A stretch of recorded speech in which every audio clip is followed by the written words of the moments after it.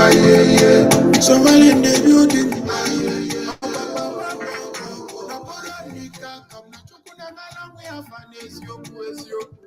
Hey, akachukwa kuno kurochuku magayana nabasabrewa baba touch if no nebe tumanugu na dedo no kenede na fiat yela kano nede kuna magasi boys ya mmebido na nyabugu siri keri neo mana nyiji sikali adeza gonu bisasi muko chaka that's all you got okonya kemenu ife tuweke mekwa baye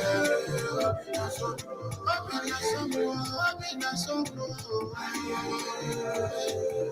Nobalo ni nyaka nyamwa Tuye lumyoye Onyaka yulumunyaye Tuku nonolo yaye Obonya masiru lokebe Enu wadi rojo seti Obonya mayadi ekume Manya puji ilukofe rote Ochi obale mekma ubu tuku na jan Nodenu wanata siligenas Ndi akiko ya nako Anachukwa bika ya mifesolia Enu wabuku wachuku warode kuku Imana bana bala kuku Pasuna kafasi ya wawa Pasuna kafasi limbombo Tuwa bike buleku Apokwebela nyipele Naja nicho nacho Kafana kwashi akuwego Kenolwa tula Nango kwe buleku kai Mbino nekula Anyamuku siri geri neo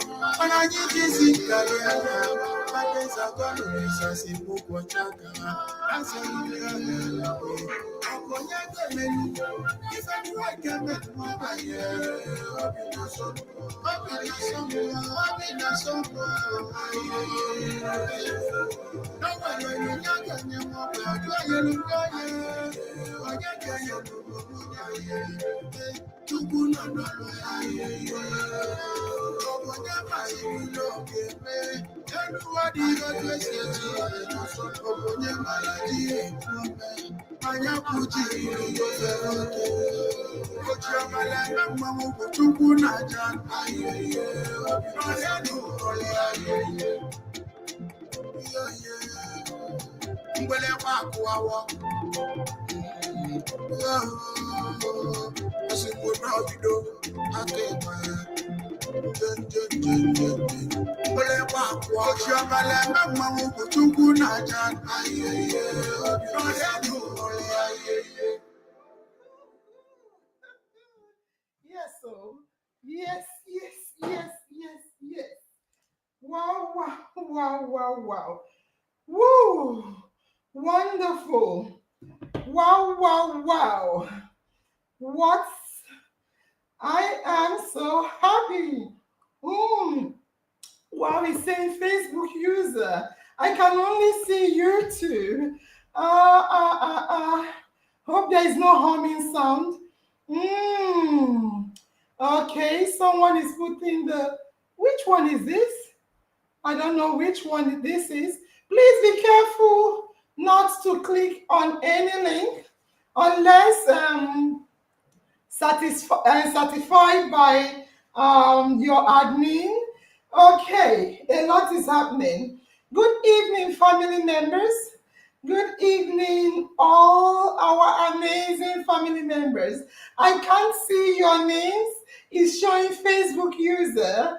I can see Sunday Bukola because you are on YouTube. I can also see Dolapo. Is it Dolapo? Because you're also on YouTube. I can see Erin Folami. Oh my God, I'm the worst. My tongue is straight, it's not bent. And I can see Olare, Okoto, Rifi Moses. Yes, I can see you. Good evening, everyone. Good evening, IOM family members. It is me, NurseAngel, your host in the house. Yes, tonight is divorce good or bad? Part 3. Yes. We've been talking about divorce. We have heard from our legal representatives. We have heard from our human rights activists and divorce lawyers, so to say. Tonight, we are going to hear from the horse's mouth. We'll be listening to a lived experience, someone that has gone through divorce, and they are here to talk to us about their own particular experience. Yes, and our host tonight is IOM Human Rights Activist Nejori and IOM Human Rights Activist and Dr. Hope. Yes, we also are expecting Professor Temitope. He will be joining us later. And we have our lived experience. Guess what? She is a princess. She's a barrister of the Supreme Court of Nigeria, and her name is Ngozi Anyanwu. You can't believe it. If this is happening to a barrister, oh my God, who do we run to in such cases? But this is who we have tonight, and I remain your one and only NurseAngel in the house. Okay, before I ask the speakers to introduce themselves, let's see what the family members are saying. Okay, they say fantastic, nice one, noted. They are sharing love and they are greeting and welcoming our speakers. All right, because we have a lot jam packed for you, we are not going to have family engagement time tonight because I know that you will want to hear from the horse's mouth. So do I. I honestly have not, I just met them right now, like 5 minutes before the talk show. So I don't know her own particular experience, but I'm dying to hear from her. So without further ado, I will ask the speakers to introduce themselves. Can we hear from you, Madam Nejori? Do you want to introduce yourself to the family members? Family members, good evening, good morning, good afternoon, wherever you are joining us from. We're here once again on your favorite talk show. In our minds, our future is in our hands. Welcome, Hope. It's always a pleasure. And thank you, Princess, for joining us. You're welcome. Fantastic. Thank you very much.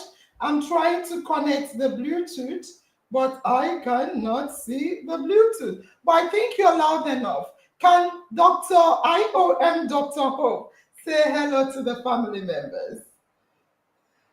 Hello, IOM family members. I remain your only hope. Your continue, ma. Okay, so on the yes, you can continue, barrister. Yes, hello, IOM members, family. I am Princess Barrister Ngozi Anyanwu. I'm a human rights lawyer, activist. Wow. I'm practicing in Owerri. I'm a frontline responder. Wow. And I'm a FIDA member. Wow. And I was the interim step lead of Nigerian Bar Association Women Forum. Wow. Imo State. Nice to be here. Wow. Nice to be here. Wow. Wow. Look at credentials. Look at credentials. Family members, can you hear them? Because they are not connected to the speakers. I think it's a nice to hear. Okay. You're welcome. All right. So they can hear you. I'm dying to connect to our main speaker. I don't know why it's not connecting, but we can start. All right. So tonight, as we said, is divorce. Is divorce good or bad? Part 3. Feminist barrister, human rights activist Ngozi Anyanwu. We have talked about divorce. This is the part 3 of it. We have read the Bible. We have read the Quran. We have also looked at what the Constitution says. And we have also looked at human rights articles on both marriage and your freedom of association or not association. And tonight, we decided that why not we also hear from a lived experience to talk to us about their own experience, which in this particular case is you. Can you come back again and talk to us? Let us know, first of all, I will say, are you still married? Did you remarry? Why did you divorce? What is your experience and what do you have to say to family members? Let's start with that. Thank you very much. Hello, yes. I was married, separated, divorced, and right now, should I say I have an intending? Okay, can I ask you, probably I rushed you a lot. Let me stop and start again. Can you talk to us, first of all, who you are, where you're from, if you want to, where you're from, if you want to say where your husband is from, and let us know whether you were working or not. Very important, because it will kind of help us to understand what transpires during divorce as well. Yes, I was married, and my husband was from, is from Imo State. And I'm also from Imo State. And at the time we met, I was already practicing. Yes, I was already a legal practitioner in active practice. But at first, when we met, he was of the view that I should shut down my law firm and join him and become the legal advisor of his company. And I accepted. And that was how we started working together.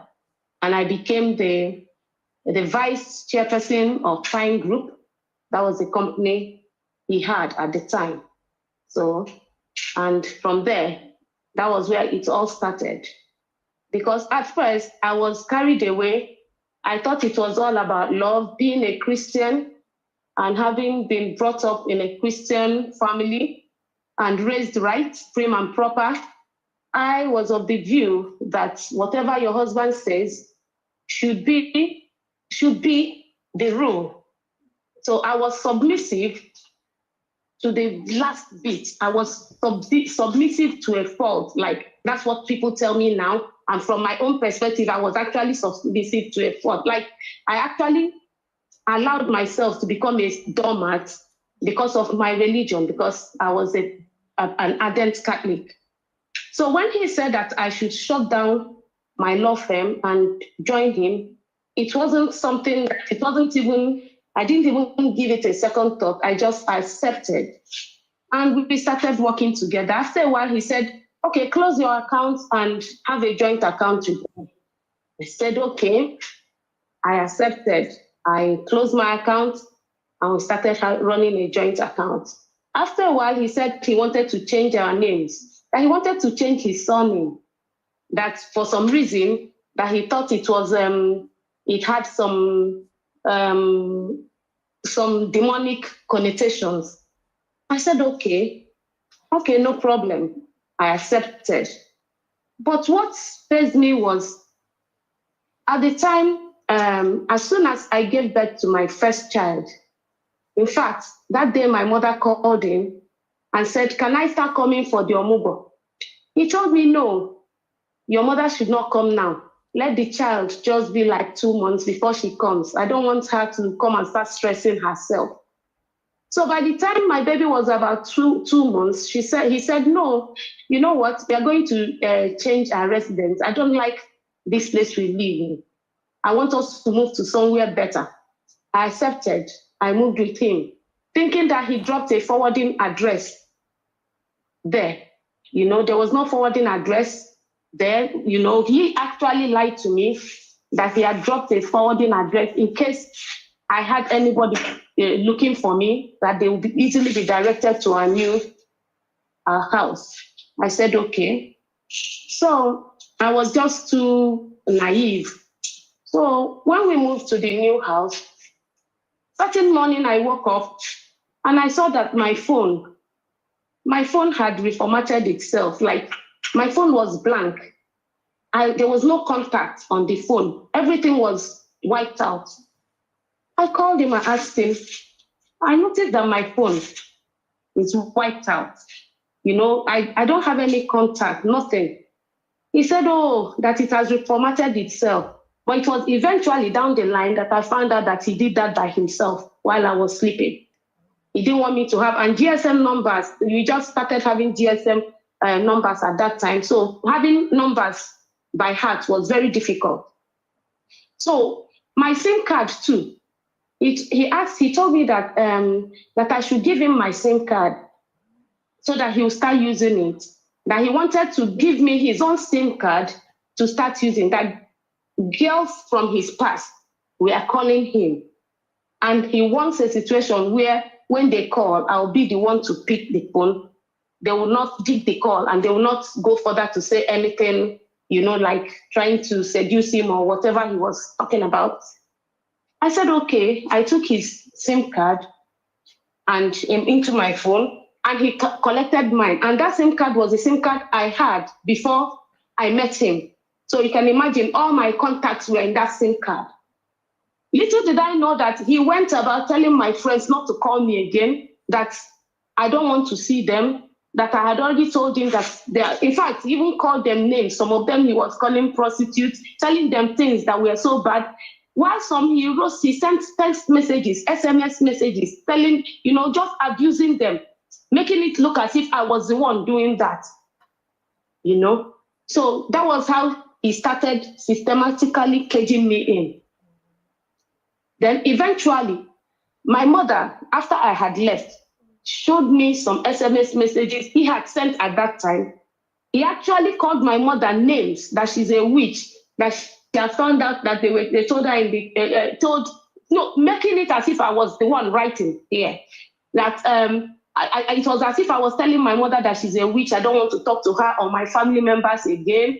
I don't want them, that she's this, she's that, she's a prostitute, she's this, insulted all my family members one after the other.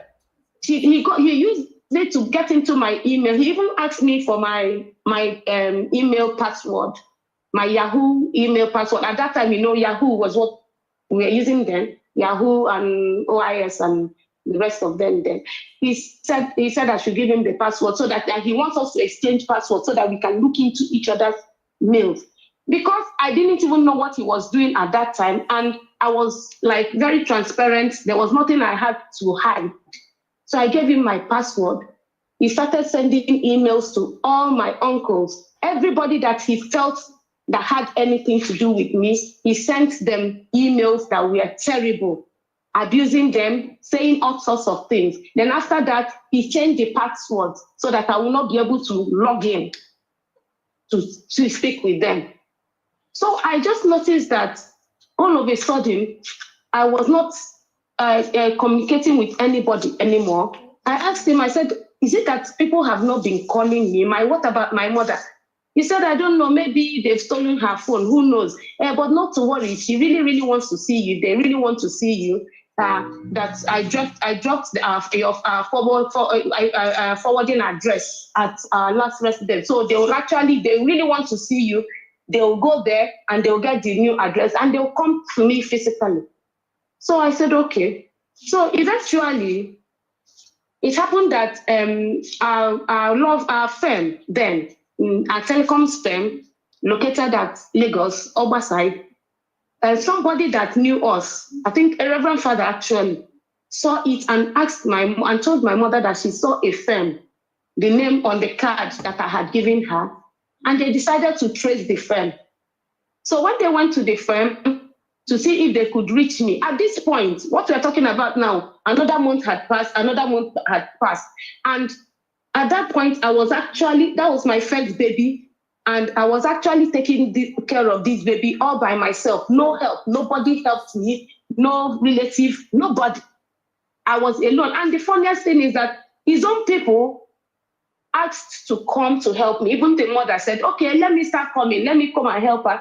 He said, no, the mother is going to come. Like giving people different, information and making them, seem as if I was okay and I was very well taken care of. And my mother, I even lied to the mother that my mom was there. Oh, dear. When my mother was not even there, So, and at this time, when all those things were happening, I was not unaware of what was actually happening. It was later that I found out that there was a day.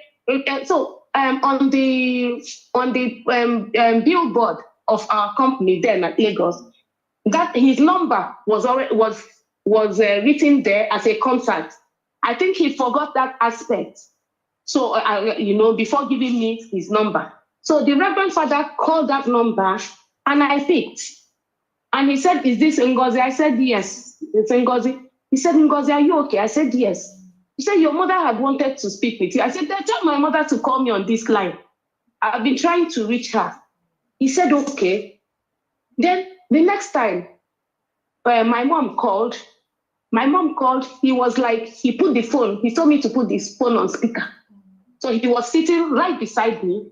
When my mom called, I was, speaking with my mom. Immediately, he just snatched the phone. He cut the call. He took the SIM card, he destroyed the SIM card and never retrieved it. So at that point, I became incommunicado. Then from then on, that was the last time I heard from my mom until 16 years after. This one is slavery. From any member of my family. Sorry, the time he destroyed the SIM card, how many kids do you have at that time? By the time he destroyed the SIM card, it was still my first baby, but I was pregnant with the second. Let me even make it clear that I had 9 children for this man. How? I lost 2. After my second baby, I lost 2. I lost 2. I lost 1, then later lost 1, and that was the last baby I lost. I gave birth to 9 children. We should hear her out. Can we mute? All the while. Yeah, mute, Madam Ho.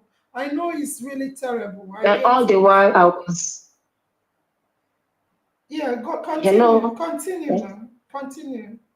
And all the time I was pregnant, I faced massive domestic violence. Before you go into domestic violence, which is serious, how many? You said you had 9 children, 2 dead. So is it 9 on the whole, or 11 with 2 dead and 9 remaining? No, 7 remaining. Okay, 9 so children 9 on the whole. All together. 2. I lost 2. How many girls and how many boys? I should have had 2 boys. I lost the first boy. Then I lost the last girl. Okay. So now I have 6 girls and a boy. All right. So is it all girls first before the boys? I'm just asking. Just 2 girls. No, just 2 girls first before the boy. Okay. That I lost. Continue. Yeah, and the funniest thing is that one would think is because we had many children because we were looking for a boy. No, that was not even the issue. Do you understand? I'm pro-life. Apart from that, he had this thing against boy children. He was obsessed to a fault. He didn't even want children. So I was having the children to kind of have company. He just wanted me and him alone. Nobody else. He could exclude the first child, the second child, but he did not even want more. Even when I was pregnant, after the baby was born, like if I'm taking care of the baby, if I was taking care of the baby, for instance, he would go like, you're putting too much attention on this child. And you start beating the baby. You understand? My first child, he started beating my first child as early as 3 weeks old. And when I talk, you beat me and beat the baby. Beat us together. And sometimes he throw us out of the house in the dead of the night. There was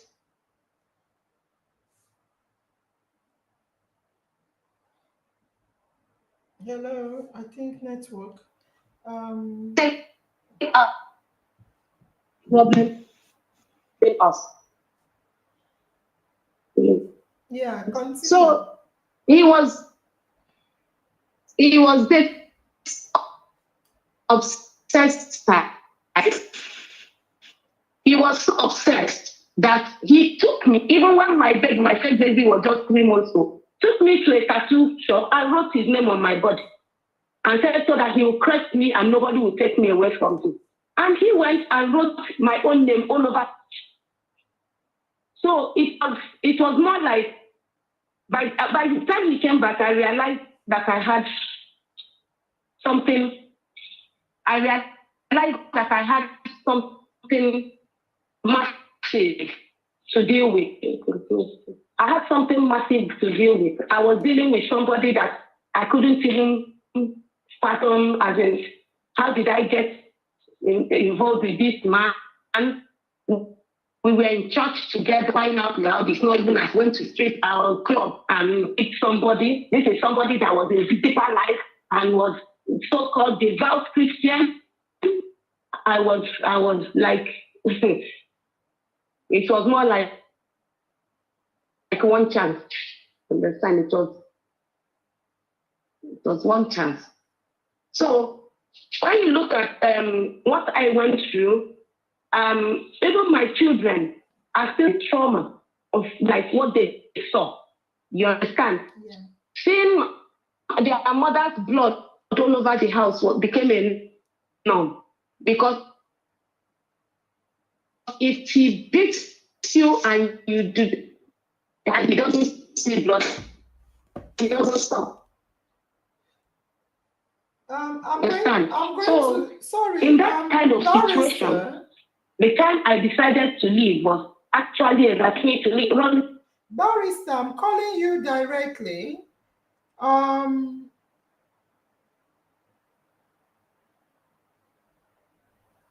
Okay. I want to call her directly because the line is cutting. I think I should. Hello? Yes, I wanted to call you directly because your line is cutting and this information you're giving is too powerful. Can continue to talk, but if you see a call, yes, yeah, I will call you directly if we are not able to hear you. Continue, ma'am. So eventually, I noticed that was when I realized that I had something massive in my hands. The day he came back and my name was written all over his body, I knew that I was in for it. You know. Then I told him that I thought I should leave him, that maybe we should go our separate ways. And he started begging,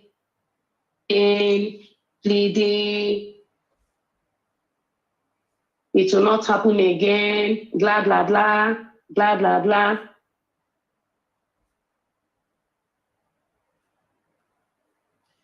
It only took a week and he went back to what he was doing. After a while, I told him that, you know what, I cannot continue being here, looking at only you and my babies. I need to socialize. I need to talk to you. I need to talk to human beings in prison. He said, okay, that he can only allow me to start attending mass. And all this while we stopped going to church. He made sure we stopped. So he said, okay, that I should. I said, okay. I started attending mass. I opened up to some of them, like, this is what I'm seeing. I've not done this, I've not done that. And they'll tell me, okay, silent, just keep quiet and pray. Pray to God. Pray this rosary. There was no type of rosary I did not pray. There was no type of rosary I did not pray. But what was happening was still happening. In fact, it got to an extent that he started bringing in women into the house. And I'll be in the house, the children and I will bring in the women. They'll go to the penthouse that he calls his mind cave. And whatever, after doing whatever they did, he will come down. Later, he decided that he wanted orgies, he wanted threesome, and that I must be part of it.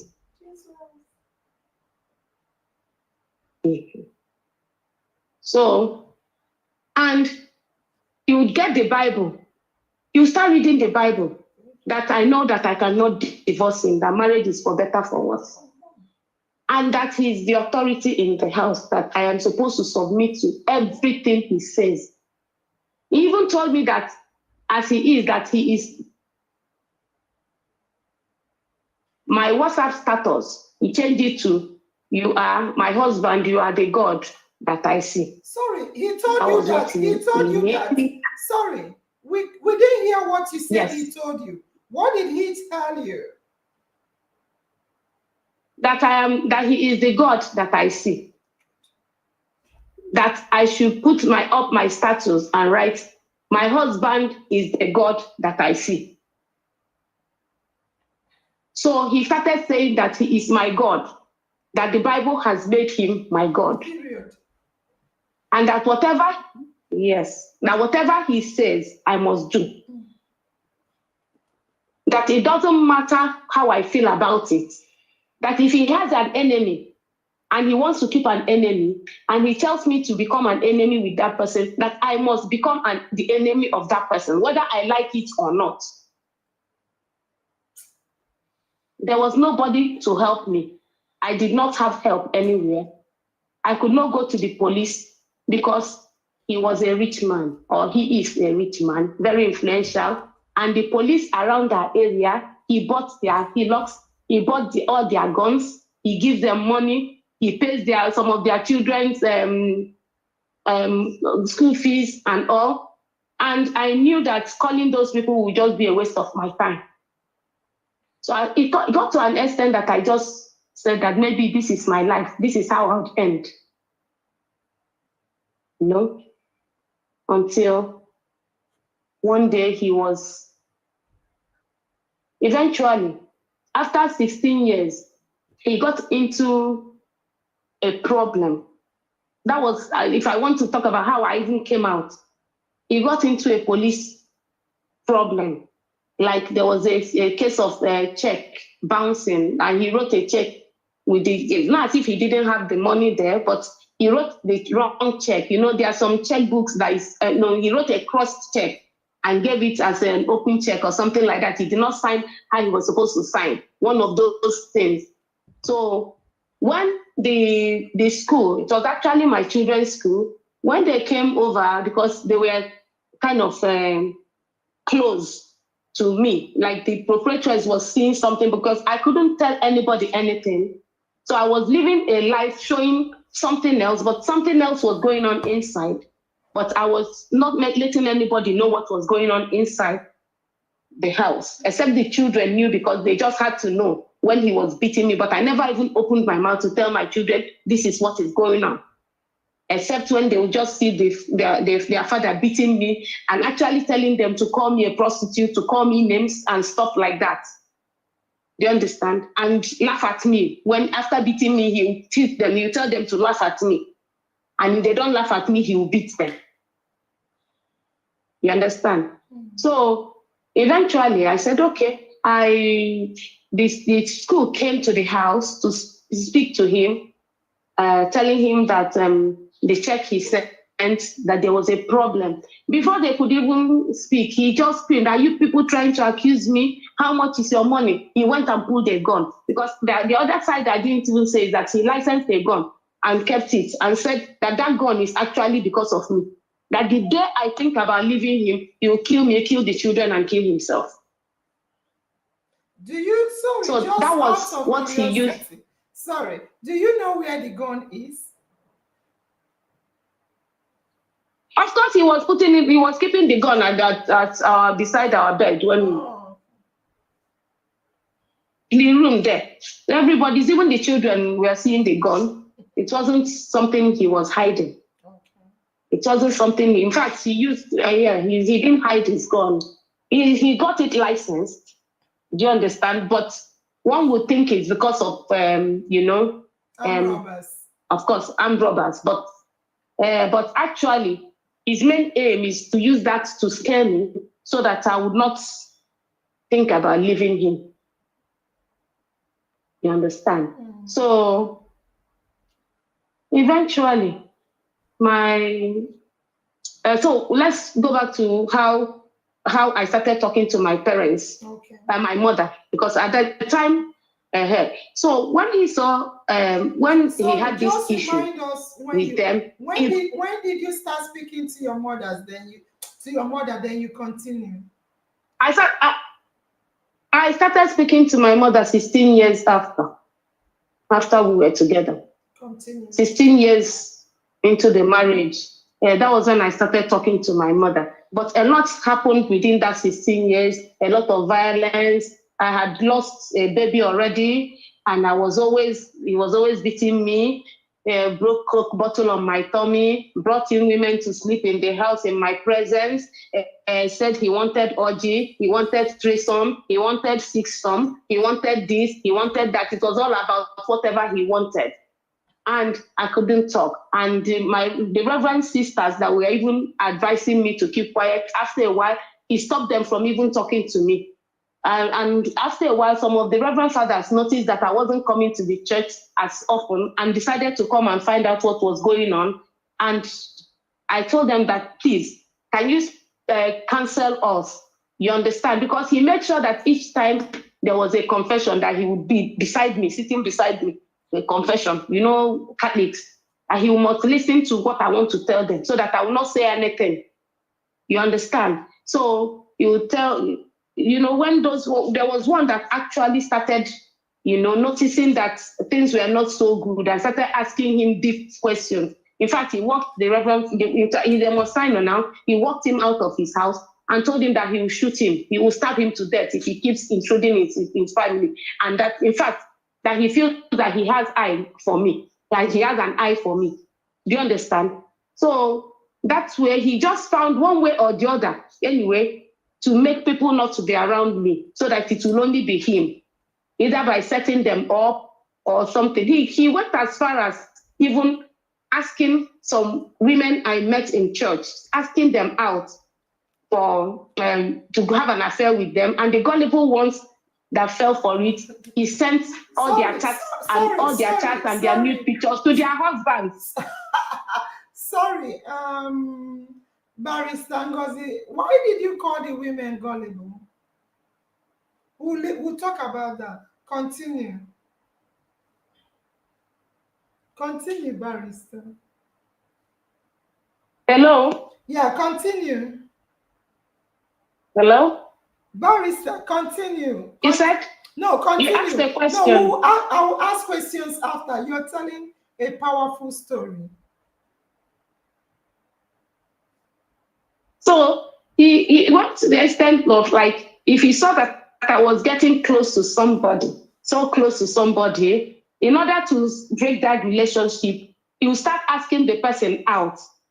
Then when he starts asking the person out, the gullible ones, the ones that were not gullible, wouldn't fall for it. Of course, he would make them to stop coming to the house. Like, plainly, I don't want you to talk to that woman again.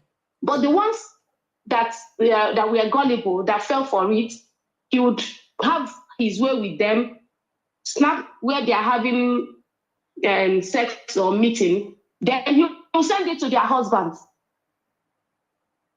so that he'll kind of keep them busy, so that they will not come near me again. Then he'll send all those messages to me and say, okay, see what your friend was doing with me the other day. Forgive me, I am so sorry. I sinned against you. That's your friend that had been sleeping with her.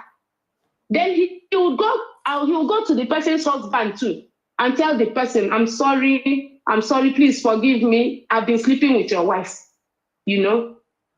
So that's just secluded, made sure he cornered me so that nobody else will be around me.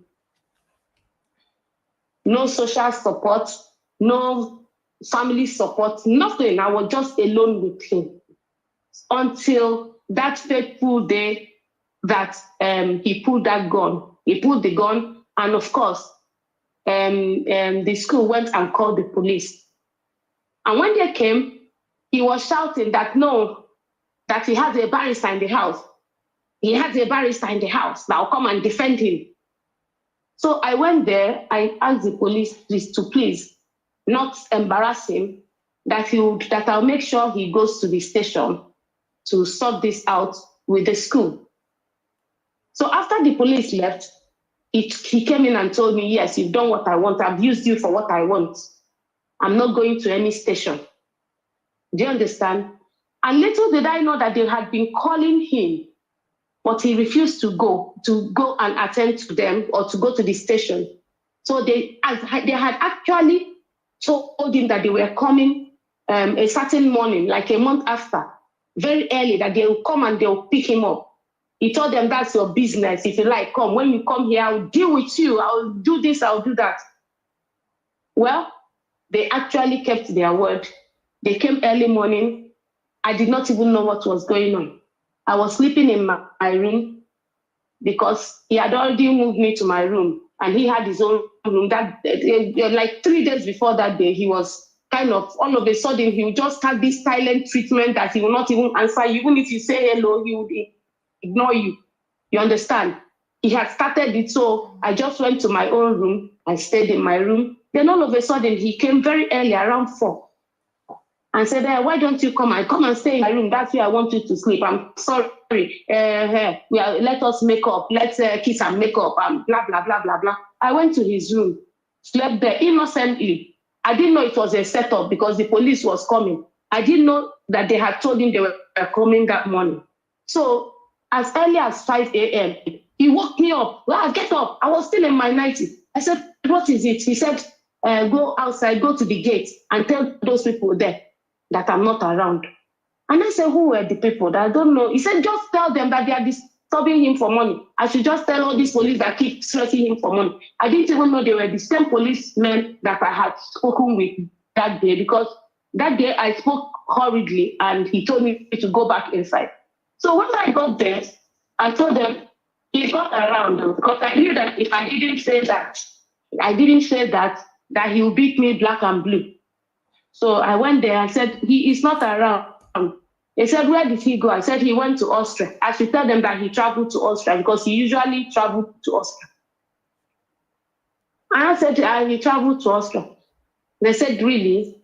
I said, yes. They said, but we spoke with him on his Nigerian number just yesterday.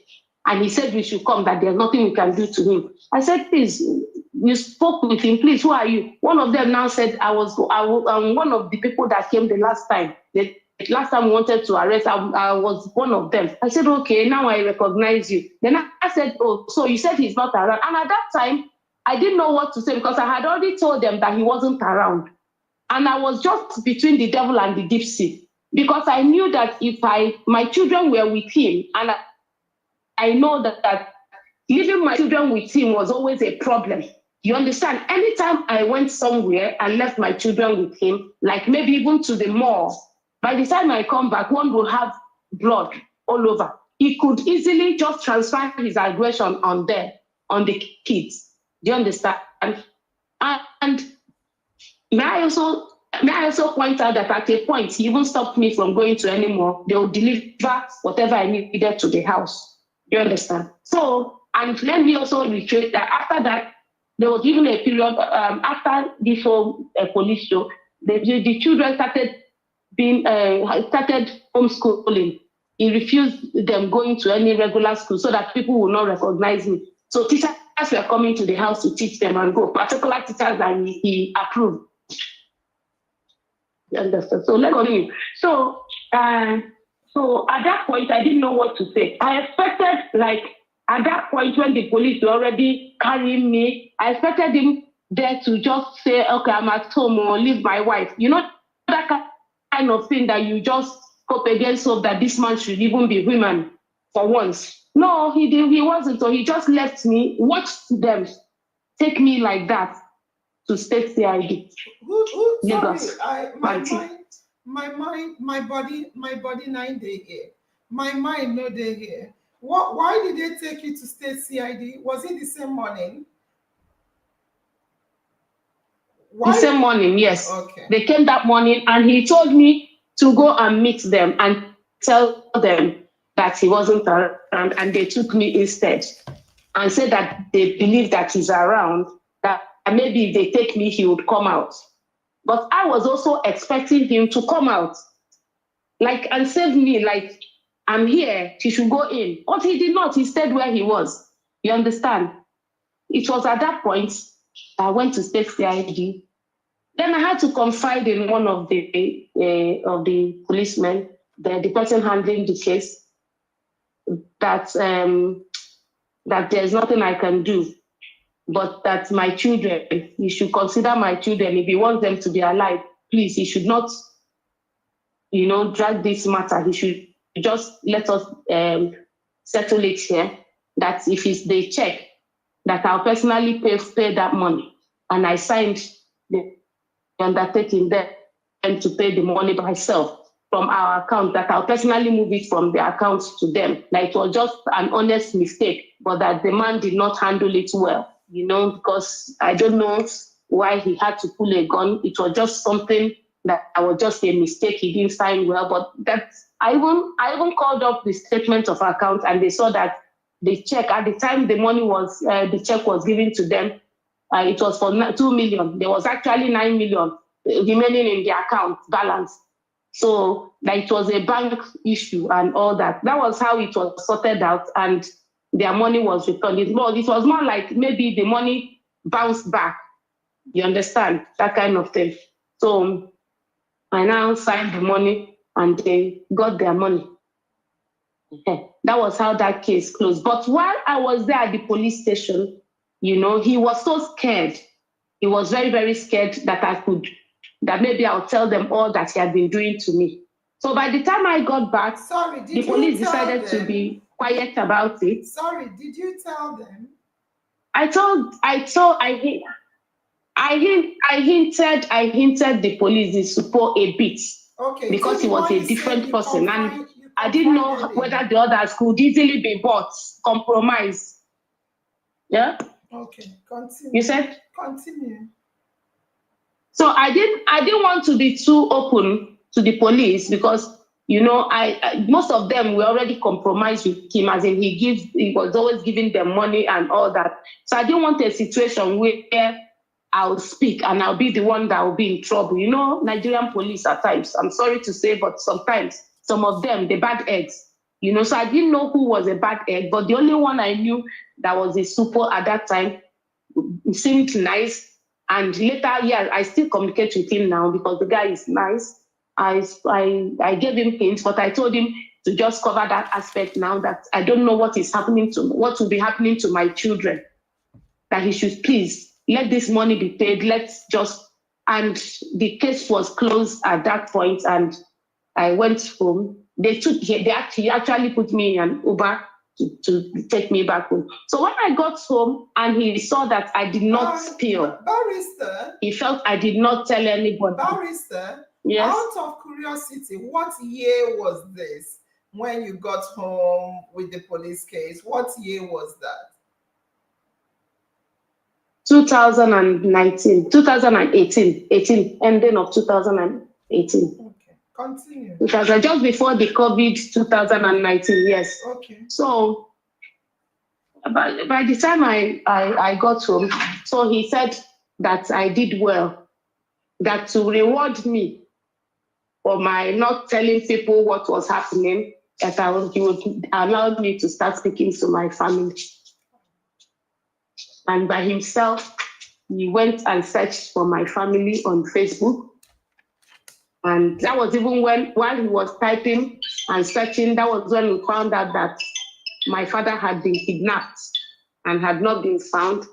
And of course, we were able to get my brother on Facebook, and we got my other siblings, though they thought it was a scammer sending them messages, because they had looked for me for a long time, for many years, and people had been telling them, yes, I saw her in the market, give me money and all that. Sorry, out of curiosity, do you know your hometown?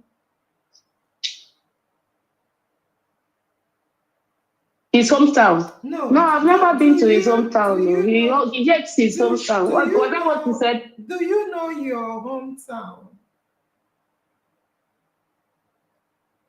Of course, I know my hometown. Okay, continue. I know my hometown. I know my hometown. Okay. That's the only place I should have run if I had left him. No, but because we had a joint account, I did not mention. It's okay. No, I know you're not, but I just want to say it so that people would know that aspect.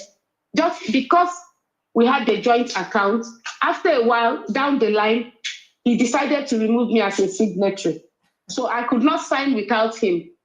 So I could not have money without his approval. So, and that was it. I could only use his ATM card. That's when people come to deliver things to the house. Then I pay them with POS. You give me the ATM, I'll use, and he'll collect it. So I was not even touching cash. Even up till now, I'm so used to it that I don't even spend cash anymore. Because he made sure I didn't have extra cash on me, so that I would not just leave one day. You understand? So at the end of it all, what was I?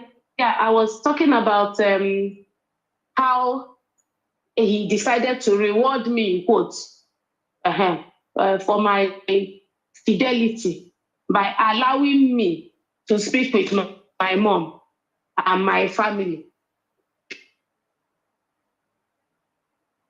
So after he searched for them, that was when I reconnected with my family after so many years, after 16 years. And I did not still tell them what happened, why I was incommunicado, why they were looking for me for 16 years. My friends were looking for me. I could not even tell them anything. I was just like, okay, that was how it happened. And because at that point, because there was a time he also brought a pastor who told me that if I reconnect to my family, with my family, that they will kill me and do this to me and do that to me. So it was a lot of manipulation upon manipulation, but I did not tell my family anything. I just told them, now you have seen me, it's okay. Let's forget about the past. Let's just be happy that we are alive to see ourselves now, to see each other now. But at that point, my father was already missing. That means the last time I ever saw my father in this life was when I met this man. Just when I moved to his house. That was the last time I ever saw or spoke with my father. So after everything, so he rewarded me, so to speak. So we continued. He said he was sorry. He asked for their forgiveness, that this will not happen again, and that he has turned a new leaf, that the way I defended him at the police station, made him see life from a different perspective, that we are starting all over. And my mother, being happy about it, said, no problem. And my mother started speaking with me, but he still did not allow my mother to come to the house. We were just speaking on phone, video calls, and all that. And he allowed me to start speaking with my friends. Then I joined my class alumni and all that. So along the line, of course, at that time where the police came, I was already pregnant. So I lost the baby. I had a CS and I lost the baby. And my mom said, let her come and stay with me. And she still said no. That my mother should stay, that in fact, that he wants us to move to Owerri. He wants us to move down to Owerri so that my mother can now see him, that my mother should wait. Let him, first of all, get a house and buy a house in Owerri so that we can move to Owerri. And when we move to Owerri, that he will still be in Lagos, then my mother can take good care of me. And we accepted, thinking that we were talking to somebody that had changed. We didn't know that it was not true. So eventually, I became sick after the CS because my BP was at 240/140 for 6 months. So it just that I survived, and my pulse rate was already reading 180 beats per minute as a normal. So, and then I was bedridden for like a year. When I got better, in fact, the day the doctor said that I could, no, just before the doctor said I could move around, because I was going out only for my medical checks. So there was a time he felt that he could call the priest. So Reverend Father came to the house to hold a mass for us in the house. Out of curiosity, I heard you say medical checks. That's when you go. Did you give birth to all your 9 children in the hospital? Yes, I gave birth to them in the hospital. But those were at his own terms, though, because luckily, God helping me, I was able to, as in, he will look for the hospital, he will get the hospital, I'll be in a private room, VIP, nobody will come visit me, I'll have nurses attend to me, and immediately I give birth, within 24 hours, he's taking me back home, whether the doctor liked it or not. Again, just because you talked about details, how long do you stay in the hospital on each bed? Like the last one, I heard your case. Sorry for your loss, the loss of your case. How long do you stay in the hospital? I always stayed 24 hours. In fact, there was once I stayed 20 hours. Even there was a time my BP was kind of high after the delivery, and the doctor wanted me to stay there so that they'll bring it down. He refused. He took me home and said that as long as God has made him my husband, that he's the one that will decide anything that has to do with my health, not the doctor. So what about he would take me back within. What about you? Hello? Did you not feel you can also make decision for your health? Because you talked about health, that's why I'm asking. Yes, like I could make decision, but any decision you make about your health will be backed up with money. So if you take the decision and you don't have the money, or somebody locks you in and you can't even get out, you can't even go anywhere, your decision will just be to yourself. Okay. So what I did was I started researching. I got into medical research. This hospital online became my friend. You understand? Like I was always Googling medical cases, even the children, because actually he saw it as a weakness to go to the hospital. For you to be in the hospital is a sign of weakness on his part. That he, as a husband, should know better about my health more than me. Thank you. Continue. Sorry, I'm laughing. No problem. I also laugh about whenever I remember all those. I laugh these days about them. I don't really, I'm a survivor. You're beautiful. You're beautiful. Eventually. I'm sorry I shouldn't come in, but looking at your picture, you're so beautiful. Yes, you are. I was wondering,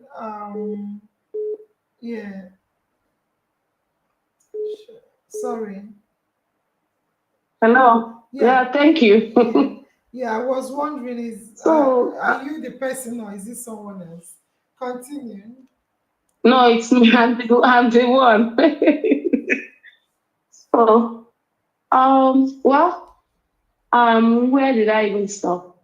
Yeah, you talked about your About hospitals, the fact that you stay 24 hours, yes, generally speaking, and yes, decision yes, yes, making about your health, and you joined yes. a So, hospital.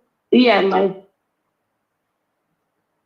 yes. This what's the name of this hospital online? Online So, hospital. and some blogs I joined. Yes, online, so I could research and just ask the pharmacist, please, on phone. And where we are living was at VGC, and VGC is somewhere you cannot go in without a card or come out without a card. But they have home delivery, even for you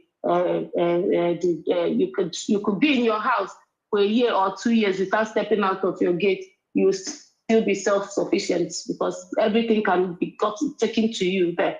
So when I research, I'll kind of call if there was a pharmacist there. I still communicate with her right now, like these times, because we became friends. A lady, a young girl. So I'll ask her, "This is how I'm feeling." I'll tell her, "This is how I'm feeling. Will this medicine work for me?" She'll tell me, "Okay, do this, do this. Buy a BP monitor.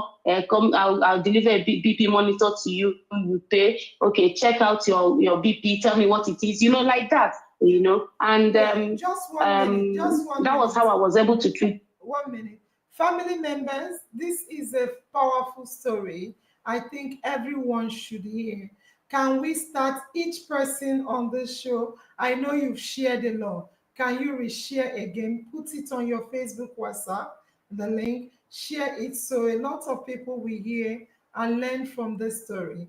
Thank you, guys. Please, everyone, start sharing again. Barrister Princess, can you please continue?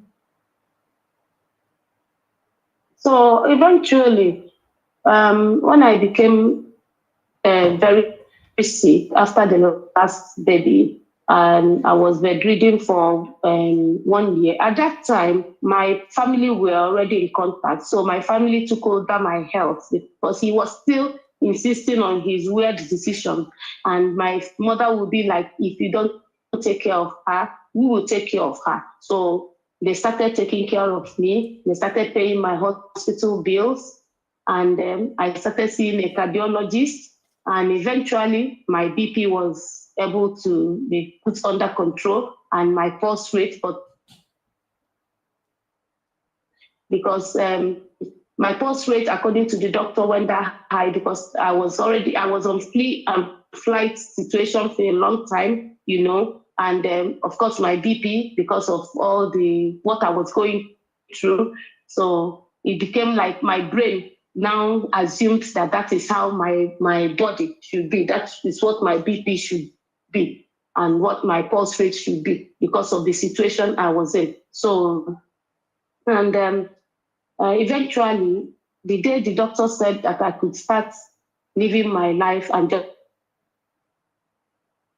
like, oh, thank God. And of course, my alumni class chat, at that time I had joined them. I was speaking with some of the doctors in my class.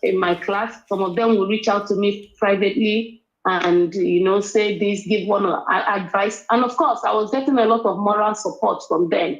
But then, Sorry, so sorry, sorry. eventually, Barrister, when you say moral support, did you tell them your story for them to give you moral support?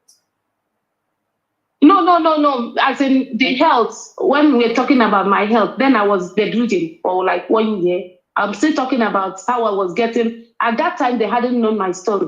Okay. I was talking about when I was ill.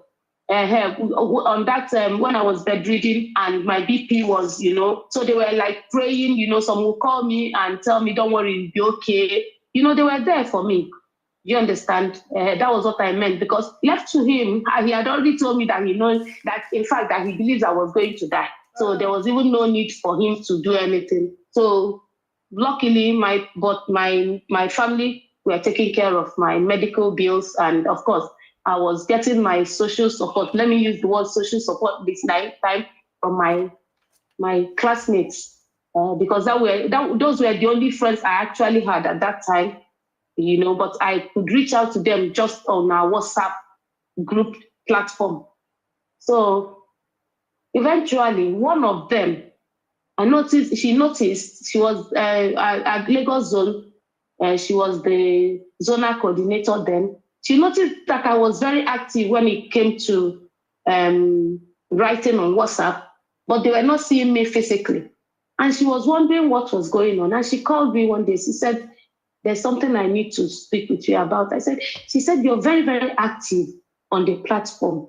But even when we have a program next door in your estate, we will not see you. What is going on?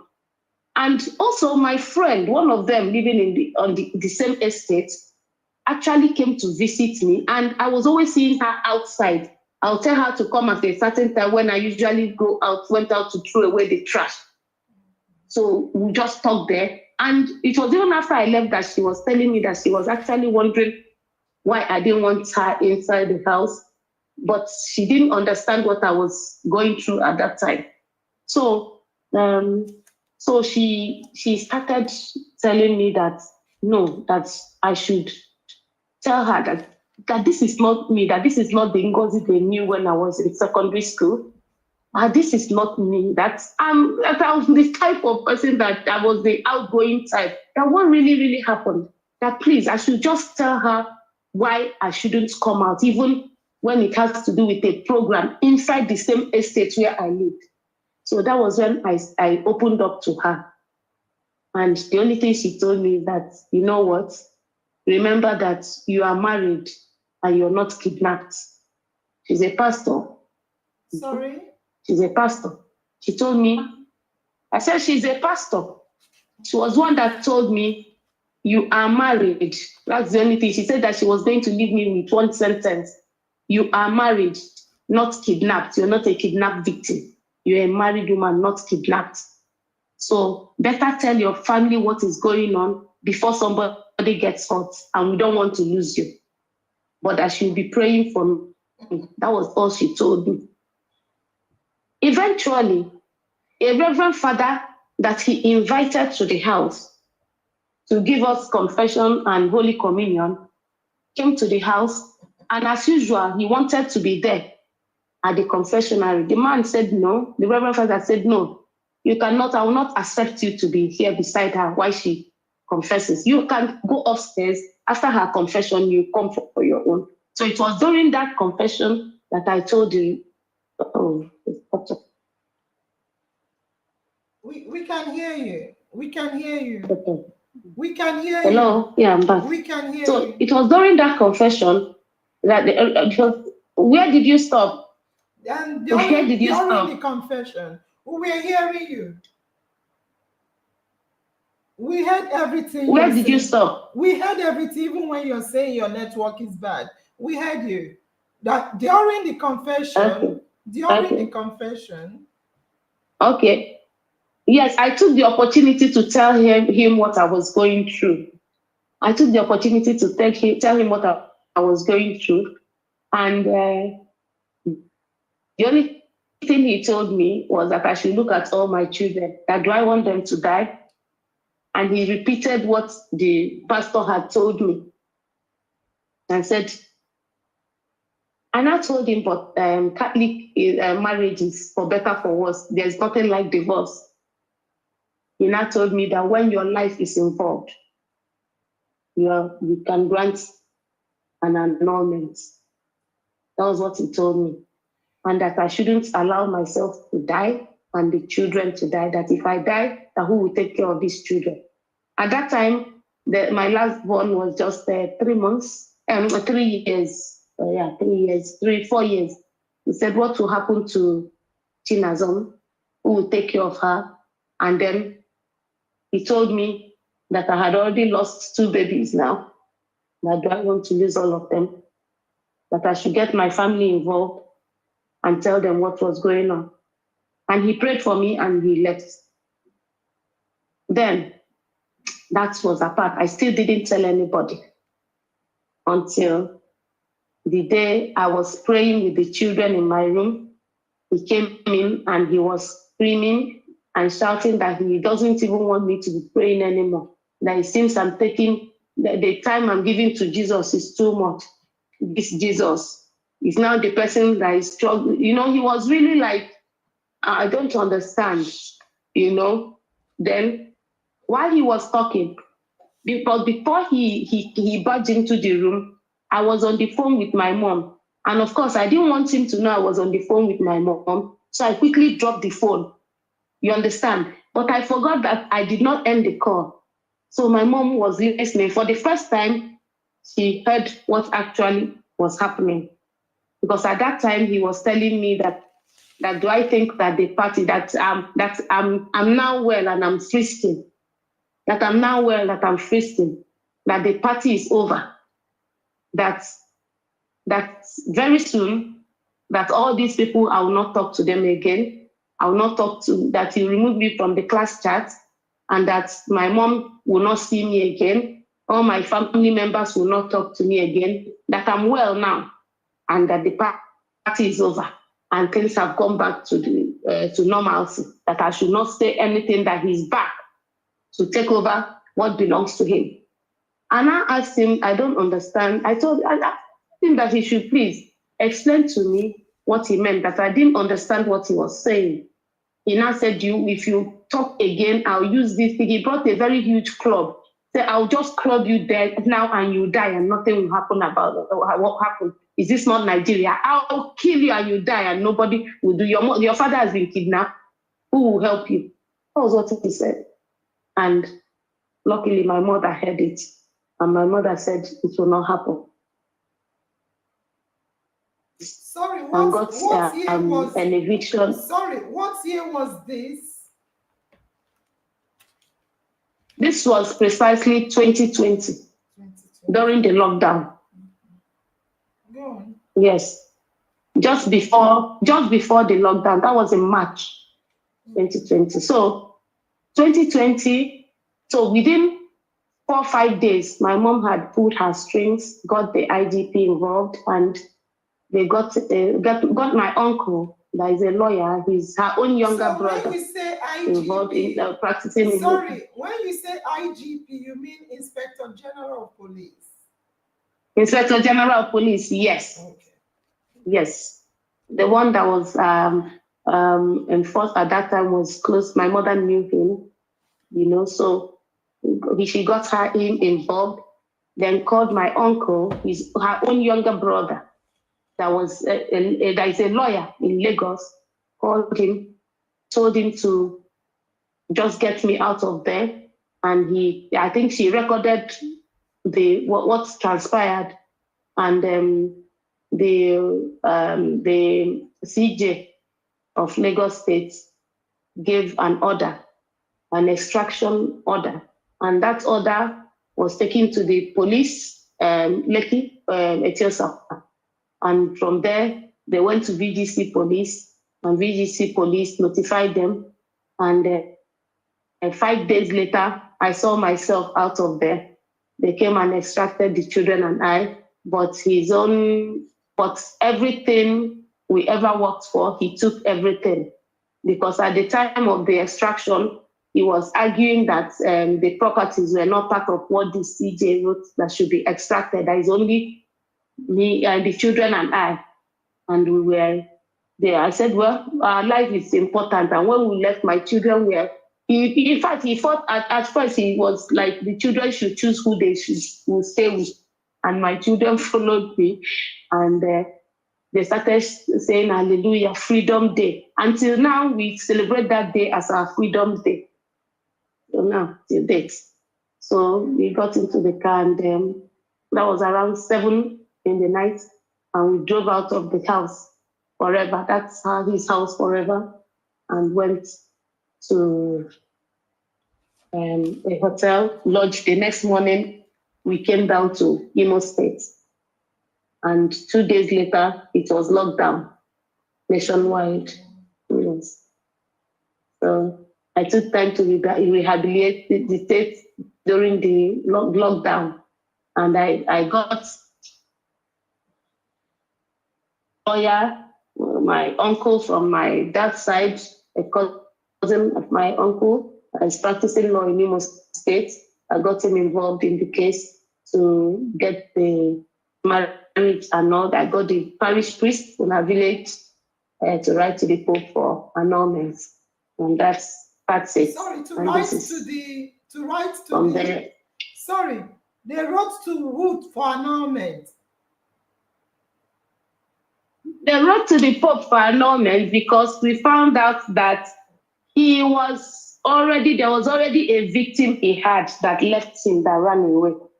Oh. So, and before I got married to him at the church, he was asked whether he had paid the bride price. He said no, and the priest made him sign that it's okay. This marriage would be. We know what you mean by annulment, meaning there were lies that was told before the marriage. That's fine. So continue. Did you divorce? It was annulled. Did you get anything from the man? So was there No, nothing. Because when we wanted to file for child maintenance, you understand, and we went to Ikoyi, where our marriage was supposed to have been registered, and we saw that there was nothing to show that I was ever married to him. That's fine. That means that he did not lodge, because at that time, after I already had the baby when we went to when I went to get married. Okay, let me even say that our wedding day, my parents did not, no member of my family was around. Nobody was around. It was only both of us and some people he called to come and stand in. You understand? So he told me he was going to register it. After wedding in church, you have to go and register it at the registry. He never did. He told me he had done that, but he did not. I didn't know the reason he couldn't was because he had taken a woman there before then. So along the way, he just, told me he had done that, but he did not do anything. So there was no record.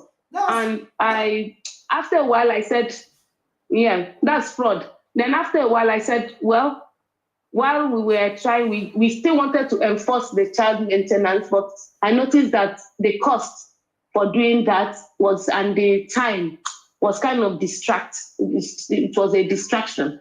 I decided to just leave him. I just decided to fend for my children by myself, and since then he never called to say, how are the kids? Are they in school? What's going on? Till date, I've been carrying the children's burden and everything, all the 7 children alone till now. Can I ask you a question? You are a barrister of the law, isn't it? How do you guys say it? Barrister of the Supreme Court of Nigeria. Are you a barrister or solicitor? How do they explain? Yes. You're a barrister. Yeah. I'm a barrister and solicitor. Okay. Sorry. Okay. And it's not all. And solicitor. Okay, yeah, here we do. Of the Supreme Court of Nigeria. Yeah, here we do. Yes, yes. Or barrister. Either of them. Yeah, so you understand why I'm asking what I'm asking. Yes, so just yes, I do. Yes. Okay. Dr. Temitope, just to announce, Dr. Temitope, you're welcome. We've been listening to a terrible, horrible story. And Dr. Temitope, I will just allow you to say hello to the family members because you're too much for IOM not to announce you. Can you say hello to your people, please? Good evening to In Our Mind family, In Our Mind talk show. Good evening, because you are the best family I ever have. I always desire to be here every time.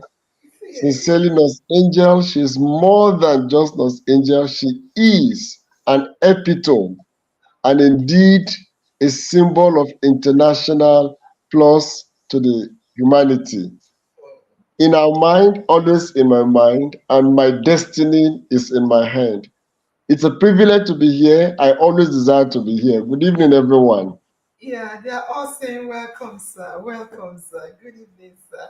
Okay, thank you, Dr. Temitope. So, Barrister, wow, are you done? This is over an hour and a half storytelling, and it's a powerful story. Are you done talking, Barrister?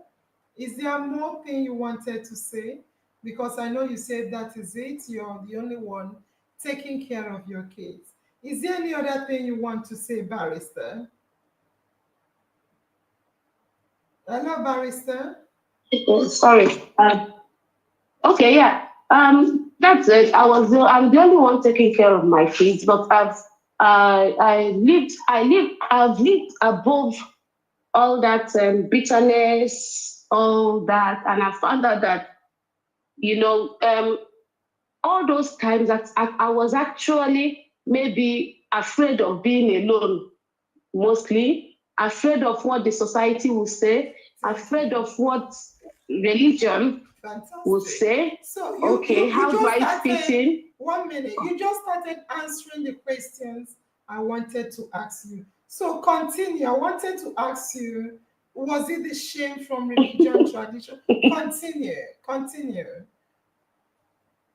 Yes, I was like, okay, how would the people see me? Ah, she's been married before, she's at home now. And mostly, he always reiterated it whenever he talked. You say, you know, you can't leave me. If you leave me, when you go out there, they'll call you a divorcee. They'll call you a separated woman. Nobody will like, hey, you've had 9 children. Who will even look at you? Nobody will look at you 2 times.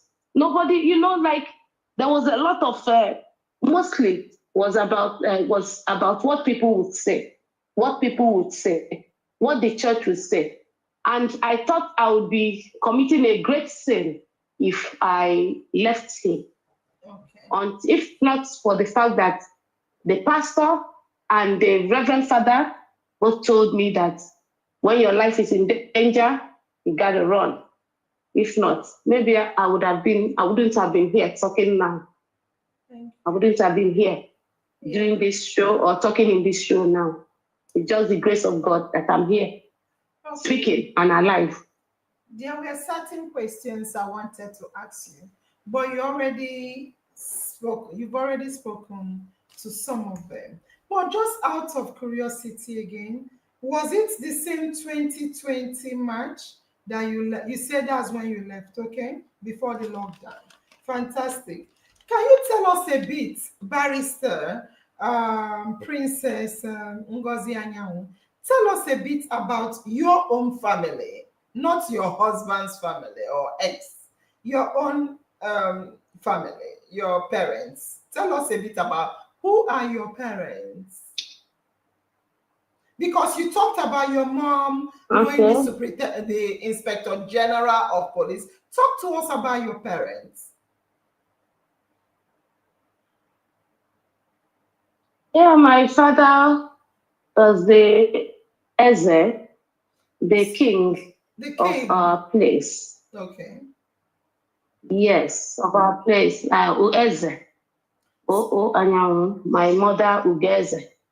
So you came from a royal of autonomous community. Okay. Yes, I.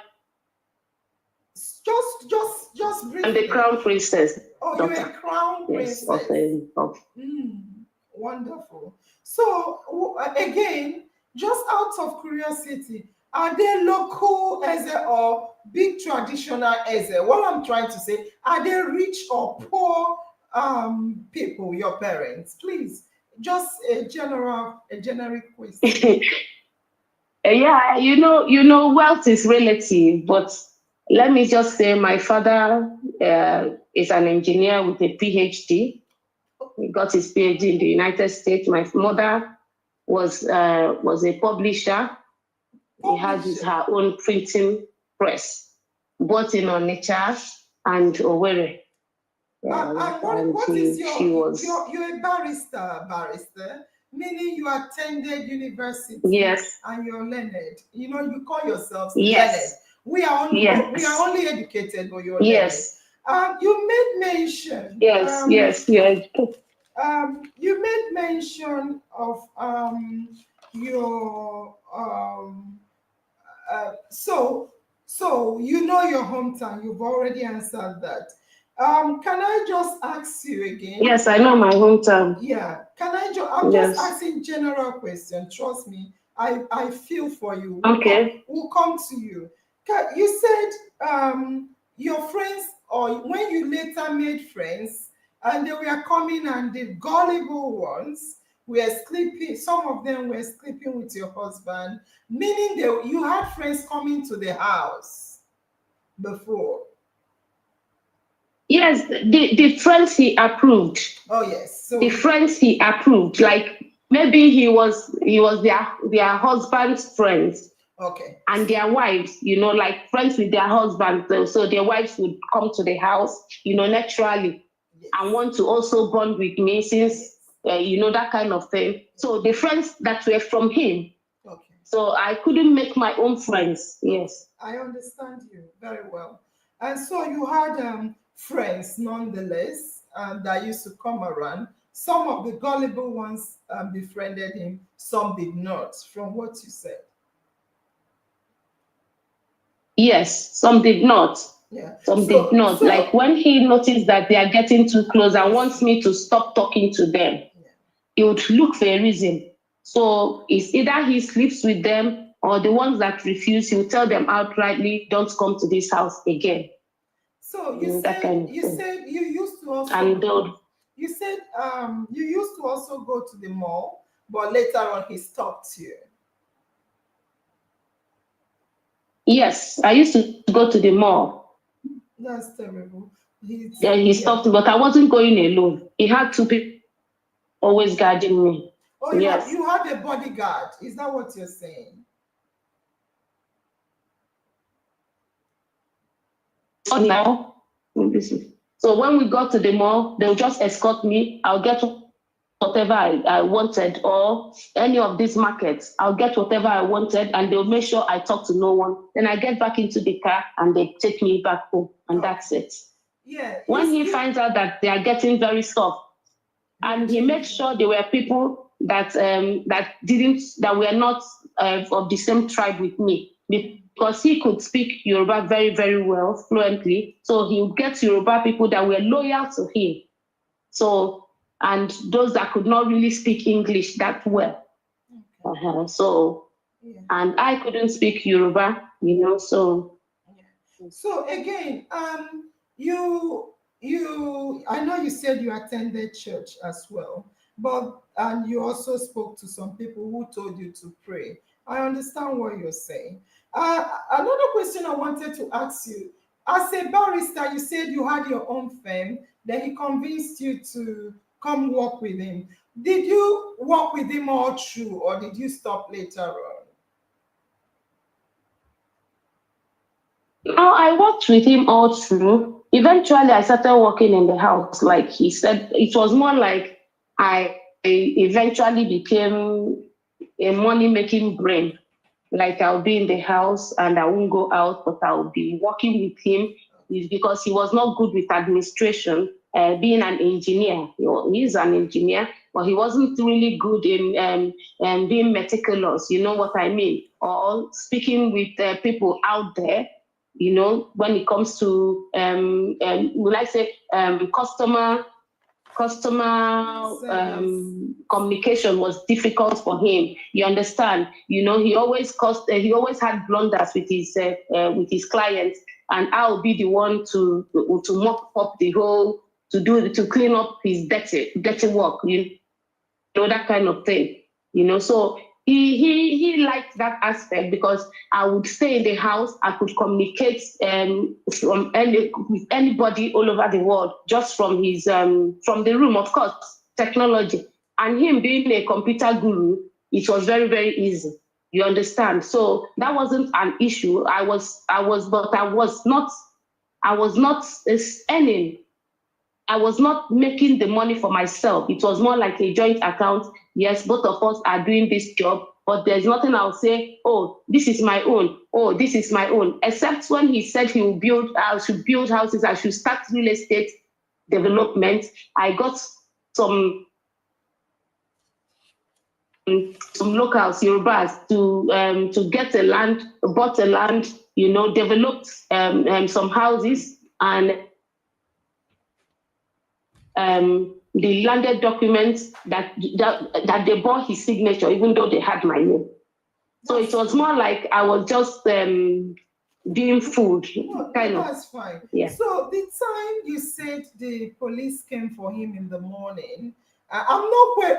I just want to understand certain things because I want family members to hear your story.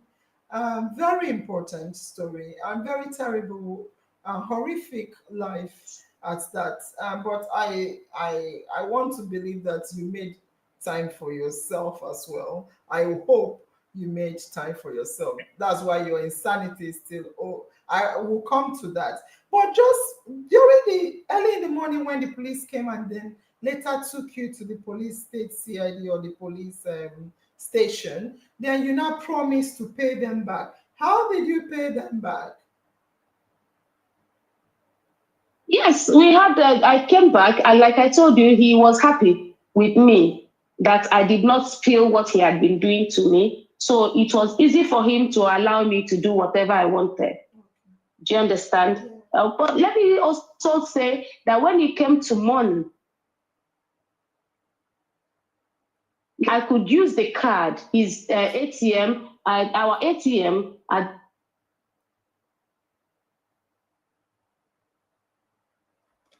any transactions, as long as it's something he approved, and as long as it's something solved, it wasn't a problem. Do you understand? But he did not want me to spend any dime on whatever I wanted, or maybe even on my family. It was about what he wanted, even to wear, even the clothes I wore, my hairdo, everything was what he liked. And may I even say that no person ever touched my hair since I met him. He was retouching my hair by himself. He felt I shouldn't go to the salon. So he would read the instructions and buy the hair kit and retouch my hair by himself. I had dreadlocks. He bought the dreadlocks kit and did it by himself. Even tinting of my hair. I was just more like his doll baby that he could do anything with, like more like a property. Understand? I think, so when it came to paying that money. Go on. Hello? Go on. So when it came to paying that money, it was more like I told him this was what they said. They said you misunderstood them. This wasn't their issue. Nobody said that you ate their money or you ran away with their money or you cannot pay. What they were saying is that check you wrote was the wrong check. You wrote the cross check, you did not sign it. So that I had even written an undertaking that money should be paid. And I told him, please, that money should be paid. So he said, okay, since he was to reward me and that he's happy that I didn't go there to spill everything that was going on about our family, that he will do whatever I said at the police station. So he paid them the money. It wasn't. He approved that I should send the money to them. So I transferred the money to them. Barrister, I'm looking at the time. We don't have a lot of time. I was thinking this divorce will end here in part 3, but honestly, it will not. Because I don't think any speaker will speak today. Your story is heavy and loaded. Whatever I'm asking you, Barrister, I'm not judging you. I'm the last person to judge you. And whoever is judging you is not in your shoes. Is who that wears the shoes, know where it pitches. A good thing you said before I have a lot of things. I have a lot of questions here to ask you. 1, 2, 3, 4, 5. But I don't think we have the time. And we will close when it's 2 hours on the dot. It's about 2 hours plus, almost going. It's about an hour going to 2 hours. But the long and short of it all is you already stated that you were thinking of the shame. You are looking at the traditional rules, the virtuous woman of a thing. the religion, thou shalt not divorce. Can you face other people? Some people, I won't lie to you, could be thinking, oh, you don't want to go, you don't want to run. And that is why I think you said that. You said it already, that you wanted, oh, if you leave, can you marry again? Society is always saying, you must be married, you must be married. That's why we see some women and men going into and dying in relationships. At least you are alive to tell your story. Your story sounds as if, oh, you're enjoying the money. I see some people are so worried about you. A lot of people are worried and saying the most important thing is that you are alive to say your story. But I just wanted to ask some questions. The reason why I'm asking this question is not to judge you, is also to let people to see some things that are happening, and for you to also not to defend yourself. You may be like, is love, for instance, when he took your phone, you're going to be talking on a speaker phone, and some people will feel happy. He gives you the SIM card, he takes your own. Oh love, oh love, he's doing my hair for me, he doesn't want someone to touch my hair. Oh, my husband is dying for me, he's putting his name on you. I know some people, it has happened to us. Some people will bring razor. Let us take an oath. I'm surprised I didn't hear you say that. Let us take an oath. Then cut, let's lick our blood. Let's swear. Of course, it's happened to us. I know why I say us, because it's not a new thing. A lot of times people feel, oh, this person loves me, so they can kill me, but is in love. I'm dying in love. So I hear you. I hear you. Don't think I'm a woman's woman, and I'm also a woman man. So I am not I'm judging you. But I want to ask you certain more questions before we go. Another question is, you were saying something about blood. First of all, before I go into that, were you close to your mother or dad? Just a question out of curiosity. Yeah, being the firstborn, I was close to both.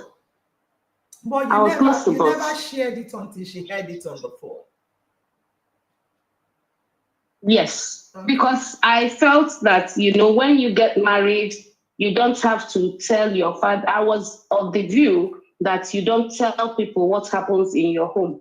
So I kept everything to myself. More like, you're not supposed to, it's something that is sacred. Marriage is sacred, that you don't have to share whatever transpired between you and your partner outside with a third party, even if it's your parents, because the Bible says when you get married, of course, that the man leaves the mother and the father, both of you become one. So you're not supposed to share. So that was the principle I was working with. Yeah, I also. So I didn't share with anybody. I didn't share with anybody. I've told you not to defend yourself. Everybody know what they can tolerate. Like some people. No. I'm not defending myself. Do you know why I just said how that? I was. I'm not. Do you know why I said that? A lot of people will say, if it's me, I don't know what I will do until it happens to me. Because I may say, if it's me, I'll do like this, but that time I'll not do like that. So, another thing I wanted to ask you is, I hear you talk about blood on your children when you leave your children with him and go out. When you come back, you see blood on your children. I know you're also a victim yourself, because you say he beats you. You use the term black and blue, and until if there is no blood, he will not keep. He will not stop. Um, Regarding, just out of curiosity again, not to judge you, um, you came from a kind of, like you said, wealth is relative, and you're right. But before I talk about your wealth, let's go back to your study and your work as a barrister of the law. Did you practice at all before you got married? Or did you practice even while you were married? I was in active practice before I got married. Yeah, in litigation practice before I got married. So it was when I got married that he said I should stop. Yes, I remember. I told how long did you practice? I joined him in his business. That's fine. So I had to shut down my law. Yeah, I remember you said that. How long were you practicing before you got married? 2 years. Yes. I practiced for 2 years. So I was in active practice. 2 years because but within that 2 years, I was so active in practice that it was more like I had been practicing for 6 years. As in, I was in a law firm that was really into litigation, like NDLA cases, NAFDAC, and all that and all that. And I even forgot that to say that when by the time I met him, I had a lot of connections with very, very high-ranking lawyers because of matters we've been in together. But what he did was the first, like I told you, he erased my contacts. He erased my contacts, so there was nobody I could call for help. Okay, so for the nobody, oh dear me. My lawyers used to have their complimentary cards. When you meet somebody, they'll give you your complimentary card. So I had a lot of them. He took all of them and set them ablaze. I did not say a lot of things because there are a lot of things in between that had happened, like setting my clothes ablaze, trying to burn my certificates, and all that and all that.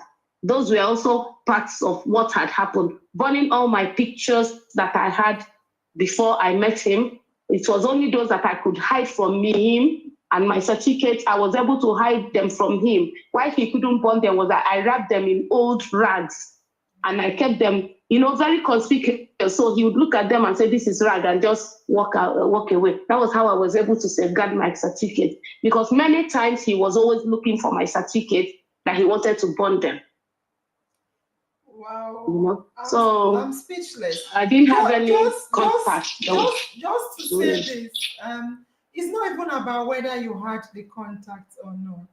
Because even the contacts of, like, when you started meeting with mommy, when you started meeting church people, it's not about the contact. It's because of the fear and a lot of other things in you.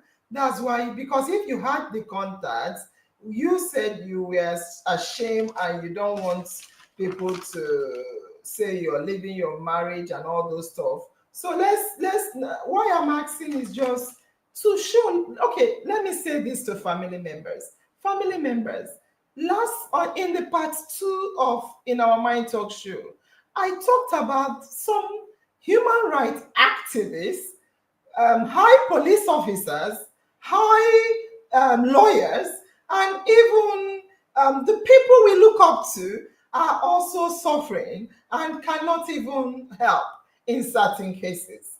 I know Marjorie and others were here when I was saying it. I never knew your particular case, barrister. So I'm not trying to kind of call you out. Who does that? Because, like, what we are trying to say to family is, it happens to police officers that you run to to enforce the law, to support you, to a kind of safeguard you. It happens to them. It happens to barristers that we also run to. Like, that's why I'm asking you certain questions, to let people know that. Don't look at, is it because I don't have A, B, and C? Anyone can be a victim. Very important. So again, I want to beg you, barrister, is it possible for you to come back for a part 4 so that we can now talk about more on advice and other things? Is it possible, barrister, to come back for a part 4 of this program, please? Which will be next week Sunday by the same time. Thank you very much, barrister. So again, barrister, thank you. I want to also say this. since you've agreed, it's terrible. What happened to you, barrister, should not happen to any human being. Some people may be like, is it money? It is more than money. Is it marriage? It is more than marriage. You know, when people talk to me and they say poverty, poverty, I say, please, can we take poverty of cash money as a secondary issue? Let's look at a primary thing that is eating up. And I talk about a lot of culture. People don't like me saying that, but I use it as a national anthem. If you tell me someone is crying, I say it's culture that is making them to cry. It's religion that is making them. That is my motto. And I'm not saying this out of the blues. Come on, people will say you are in abroad. Excuse me, I'm Nigerian. I was born and bred in Nigeria. I gave birth in Nigeria. I lived in Nigeria. I married a Nigerian. I stayed in Nigeria. I know our culture. Please, I come back home yearly. Please. Probably once in a while I've missed to come a year, but most times I come more than once in a year, sometimes 3 times a year. I live, come on, I have connection with Nigerians. What are you saying to me that I live abroad? If anyone says to me, hey, I say, is it culture, tradition, religion? And they're like, what is wrong with you? A lot is wrong with me. I'm not saying that barrister should not have done something else. Of course, there are many things she could do, and there are many things she cannot do. So, family members, I want to say to you, please, tonight is I don't know barrister Princess Ngozi Anyanwu. I don't know her. I've never spoken. This is my first time of ever speaking to her. It's 5 minutes towards the show. I just said, good evening. That is all. I don't know her. But I want to say this to you. It takes courage to do a lot of things. It takes courage. Because most of us are conformers. When she was talking, I was hearing conforming to the status quo. And even the axe that broke the camel's back was when she said to me that she's the first child. Hey, my puzzle was complete. Immediately she said because I asked her, I've never spoken to her. I said, you're not close to your mother. She said, of course, I'm the first daughter, so I'm close. I said, bagam. So, I get you, barrister. I'm not saying you are an angel, no, but I understand you. I know the requirements for women. I know that is your fellow woman that will shame you when you leave your husband. They will say, look at this woman. I thought she's married. She's back home. Yeah, they smell. Ooh, you couldn't keep your marriage.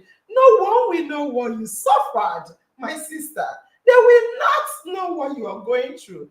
I'm not saying that you may not be doing your own. We heard from you. We didn't hear from your ex-husband. But before I go into that, just one more question before we dance and go, then come back fully to launch into the whole discussion.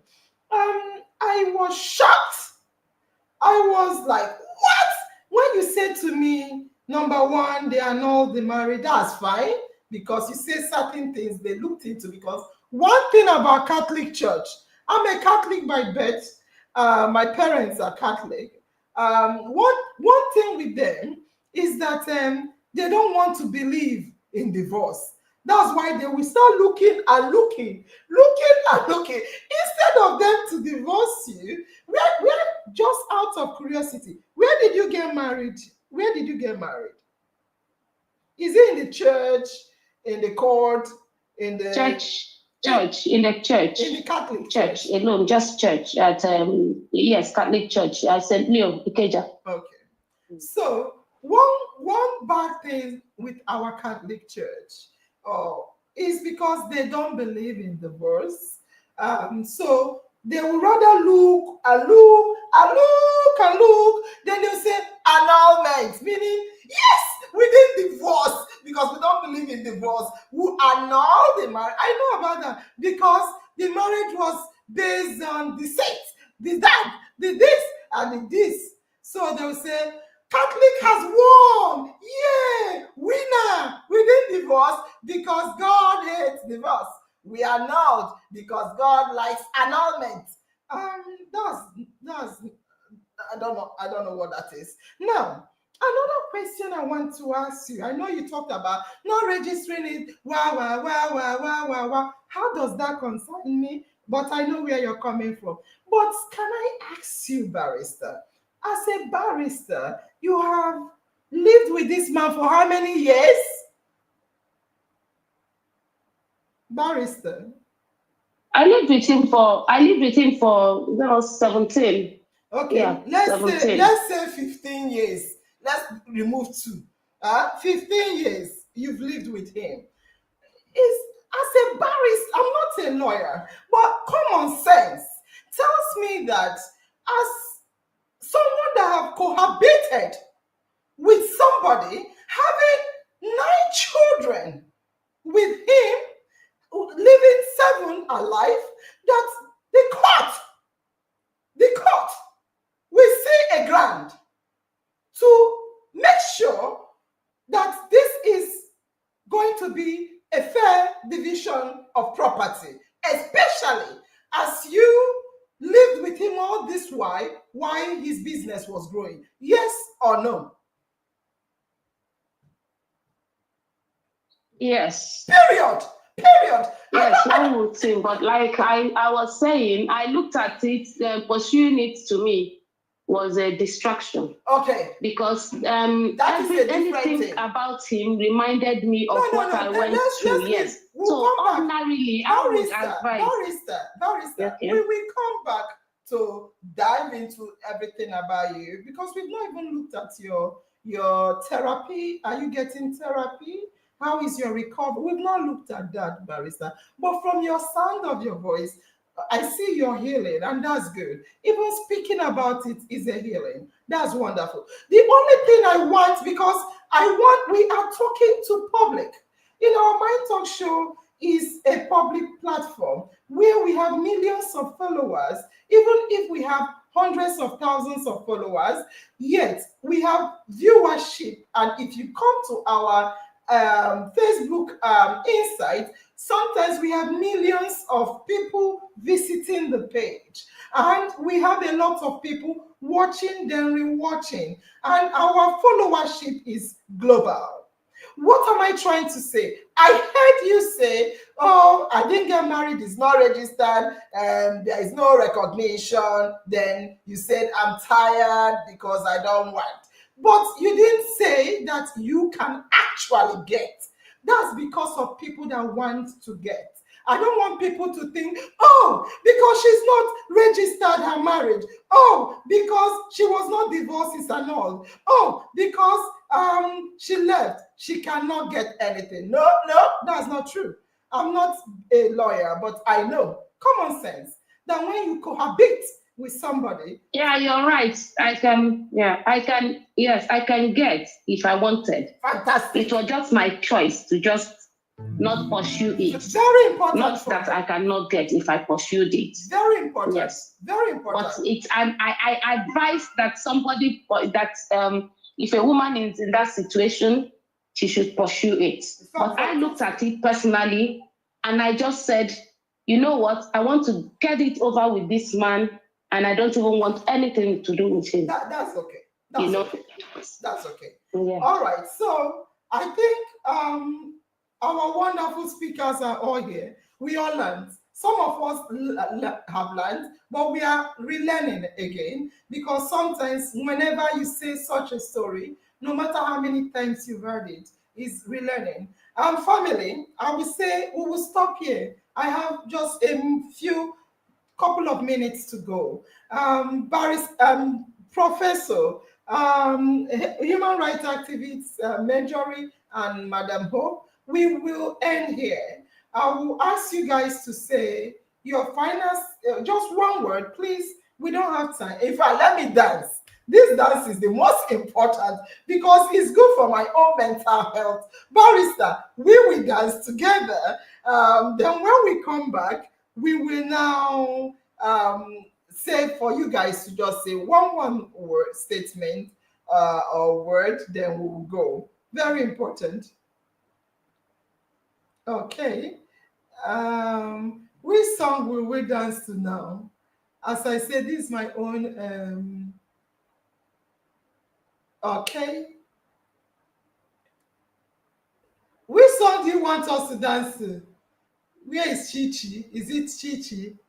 Was it Davido? David Ogechi. All right, let's dance to Ogechi.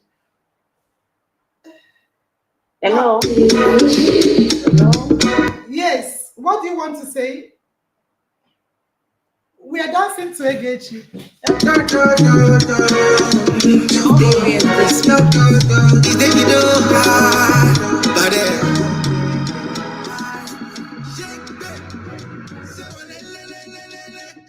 She don't give me something, Roja over. I don't even tell you, double like she do me karashika. Make I no feel it, me way be John Cena. I say I swear you mine, die. Baby girl, now you be God design. But like, as your face the show, now show your shoe the shine. Now you gonna be my wife, you got to be my man. For you I paid the price, yeah. Oh Gigi, oh my baby, oh good girl, oh my. Lulu no kulaya, I need your love for my. I'm from the Yankee, oh be moving, money, maka.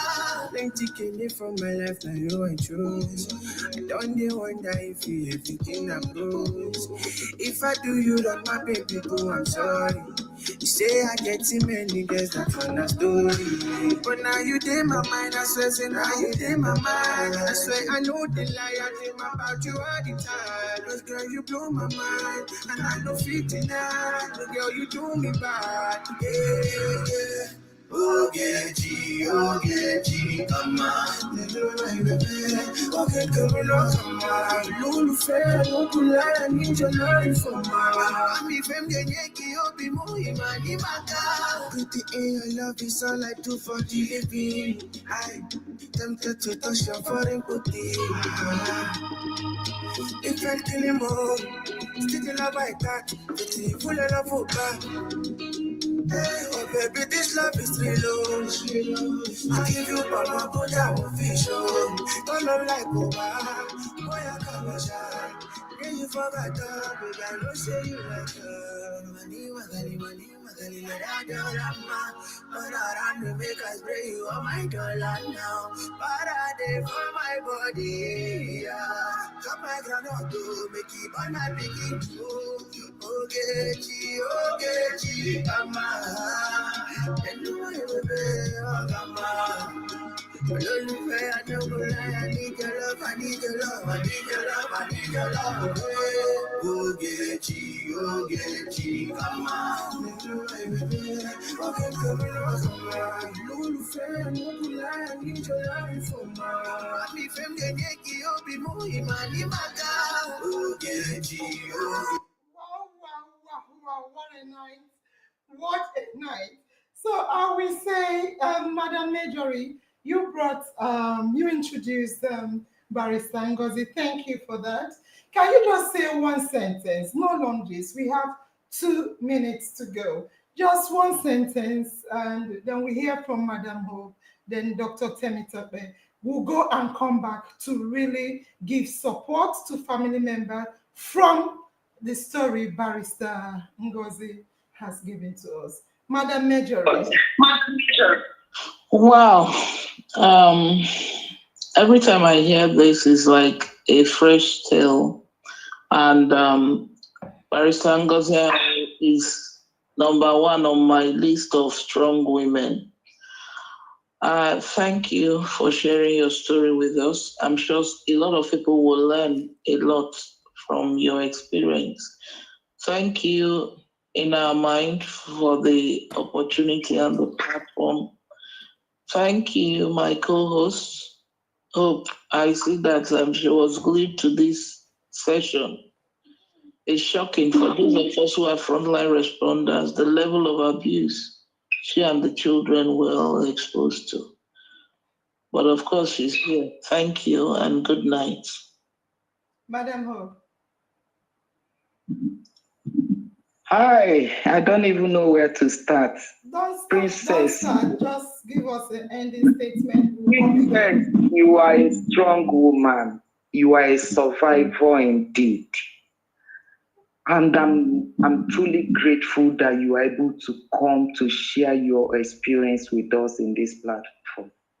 You may not know that God has brought you here to deliver people and more souls and to open up the eyes of all our family members to understand better what we are talking about.